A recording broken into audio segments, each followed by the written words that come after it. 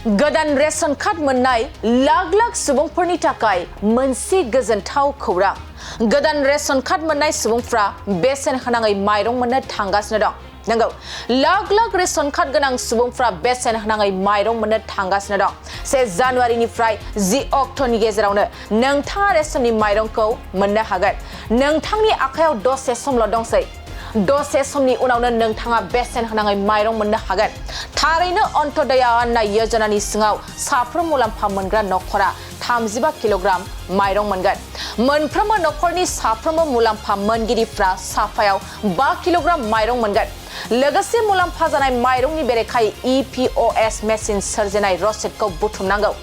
साफ्रोमबो मुलाम्फा मोनगिरिफोरनो अन्न सेवा सप्तानि सोमोन्दै डिलारआ जानबुंजों फोरमायनांगोन आरो रेशननि गलाखौ 1 अक्ट'निफ्राय 10 अक्ट'सिम खुला लाखिनांगोन। रेशन गलादारजों लोगोसे बायग्रायाबो नेमफोरखौ मानिना सोलिनांगोन। रेशन मोननाय समाव नोंथांनो खम माइरं होदों नामा? सरकारा रेशन कार्डनि मुलाम्फागिरिनि थाखाय फन नाम्बार फोसावदों। बै जानबुं नाम्बारा जाबाय 180034533611 आरो 1967। रेशन गलानि बिगोमाया माइरं खम होयोब्ला नोंथाङा बै नम्बराव अजद हरनो हागोन। नोंथांनि मोनसे अजदजोंनो रेशन गलानि बिगोमाया जोबथेसालियाव थांनांनो हागौ। गोदान रेशन कार्ड मोननाय लाख लाख सुबुंफोरनि थाखाय मोनसे गोजोनथाव खौरां। गोदान रेशन कार्ड मोननाय सुबुंफ्रा बेसेन होनाङै माइरं मोननो थांगासिनो दं। नंगौ, लाख लाख रेशन कार्ड गोनां सुबुंफ्रा बेसेन होनाङै माइरं मोननो थांगासिनो दं। 1 जानुवारिनिफ्राय 10 अक्ट'नि गेजेरावनो नोंथाङा रेशननि माइरंखौ मोननो हागोन। नोंथांनि आखायाव दसे समल' दंसै। दसे समनि उनावनो नोंथाङा बेसेन होनाङै माइरं मोननो हागोन। थारैनो अन्त्योदय अन्न योजनानि सिङाव साफ्रोम मुलाम्फा मोनग्रा नखरा 35 किल'ग्राम माइरं मोनगोन।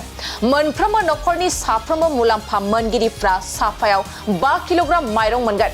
लोगोसे मुलाम्फा जानाय माइरंनि बेरेखायै EPOS मेसिन सोरजिनाय रसिदखौ बुथुमनांगौ। साफ्रोमबो मुलाम्फा मोनगिरिफोरनो अन्न सेवा सप्तानि सोमोन्दै डिलारआ जानबुंजों फोरमायनांगोन आरो रेशननि गलाखौ 1 अक्ट'निफ्राय 10 अक्ट'सिम खुला लाखिनांगोन। रेशन गलादारजों लोगोसे बायग्रायाबो नेमफोरखौ मानिना सोलिनांगोन। रेशन मोननाय समाव नोंथांनो खम माइरं होदों नामा? सरकारा रेशन कार्डनि मुलाम्फागिरिनि थाखाय फन नाम्बार फोसावदों। बै जानबुं नाम्बारा जाबाय 180034533611 आरो 1967। रेशन गलानि बिगोमाया माइरं खम होयोब्ला नोंथाङा बै नम्बराव अजद हरनो हागोन। नोंथांनि मोनसे अजदजोंनो रेशन गलानि बिगोमाया जोबथेसालियाव थांनांनो हागौ।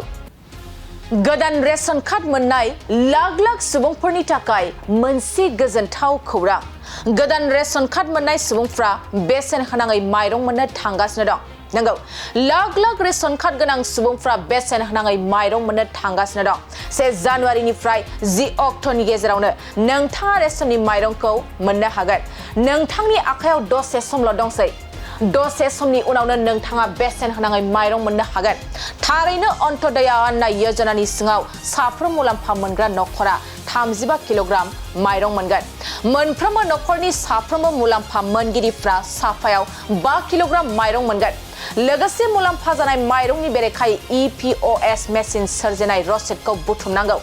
साफ्रोमबो मुलाम्फा मोनगिरिफोरनो अन्न सेवा सप्तानि सोमोन्दै डिलारआ जानबुंजों फोरमायनांगोन आरो रेशननि गलाखौ 1 अक्ट'निफ्राय 10 अक्ट'सिम खुला लाखिनांगोन। रेशन गलादारजों लोगोसे बायग्रायाबो नेमफोरखौ मानिना सोलिनांगोन। रेशन मोननाय समाव नोंथांनो खम माइरं होदों नामा? सरकारा रेशन कार्डनि मुलाम्फागिरिनि थाखाय फन नाम्बार फोसावदों।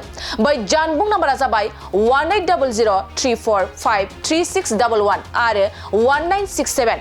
रेशन गलानि बिगोमाया माइरं खम होयोब्ला नोंथाङा बै नम्बराव अजद हरनो हागोन।